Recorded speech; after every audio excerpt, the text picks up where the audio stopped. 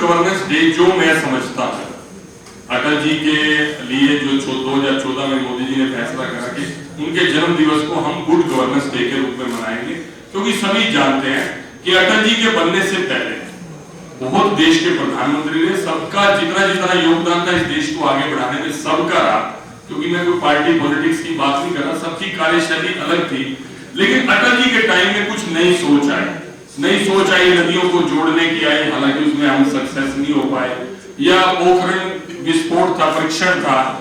जो पूरी दुनिया के देशों का प्रेशर था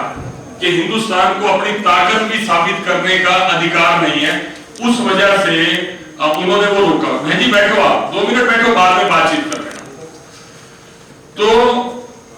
मतलब वो भी अधिकार नहीं था कि हिंदुस्तान अपनी ताकत दिखा सके, तो वो अटल जी ने किसी प्रेशर की, उस वक्त प्रेशर ज्यादा अमेरिका का होता था क्योंकि रशिया हमारे मित्र देशों में था, तो अमेरिका ने उस वक्त बैन भी लगा दिया था हमारे देश पे कि तुमने परीक्षण कर दिया, हमारी इजाजत के बिना वो कर दिया। तो इस तरह के कुछ ऐसे फैसले थे, उन्होंने कहा कि ये और थोड़ा बहुत चेंज भी किया। उन्होंने कहा भी प्रशासन ठीक है, एक अधिकारी आप लगे, लेकिन आप जवाब दे पब्लिक के प्रति, ऐसा अटल जी की सोच थी। उसी सोच के कारण ये गुड गवर्नेंस डे तय किया गया। मोदी जी ने कहा कि ठीक है, हम भले अधिकारी, हमारी कलम में ताकत है, हमारी कलम से ही किसी को फायदा मिल सकता है, नुकसान मिल सकता है, लेकिन आप किसको फायदा दे रहे हो उसकी भी जवाबदेही आपकी, और किसको आप गलत कर रहे हो, किसके साथ आप जस्टिस नहीं कर रहे उसकी भी जवाबदेही आपकी है। तो गुड गवर्नेंस डे को मैं तो इसी रूप में जानता हूं। और हम सोचते हैं अभी विकसित भारत संकल्प यात्रा गांव-गांव में जा रही है, हम लोग अपने डिपार्टमेंट की जितनी भी योजनाएं उनको लेकर हम पब्लिक के बीच में जा रहे हैं, और मौके में उनको बेनिफिट भी दे रहे हैं। दिन रात नहीं देख रहा, पूरा जिला प्रशासन, छुट्टी के दिन भी मैं देखता हूं कि सब लोग वहां पर पहुंचे हुए थे, बड़ा मेहनत का काम है, उसके लिए मैं जिला प्रशासन का आभारी भी हूं। और वो लोगों को सुविधाएं और योजनाएं मिले, ये भी हमारे एसपी साहब भी हमारे बीच में आए, स्वागत है। तो वो योजनाओं का लाभ उनको मिले, उन तक पहुंचे, और हम जो विकसित भारत संकल्प यात्रा चला रहे हैं उसका एक मोटिव है, संकल्प ये है कि 2047 में देश को आजाद हुए 100 साल हो जाएंगे। 100 साल बाद का भारत कैसा होना चाहिए? अब हर आदमी को आज की है, आज मेरा क्या हो रहा है, कैसा है कैसा नहीं, लेकिन जो अच्छे पेरेंट्स होते हैं वो बच्चों के भविष्य के बारे में भी अगली कल्पना करते हैं। इसलिए मोदी जी ये बात बोलते हैं कि शायद कि 2047 तक तो मैं रहूं ना रहूं,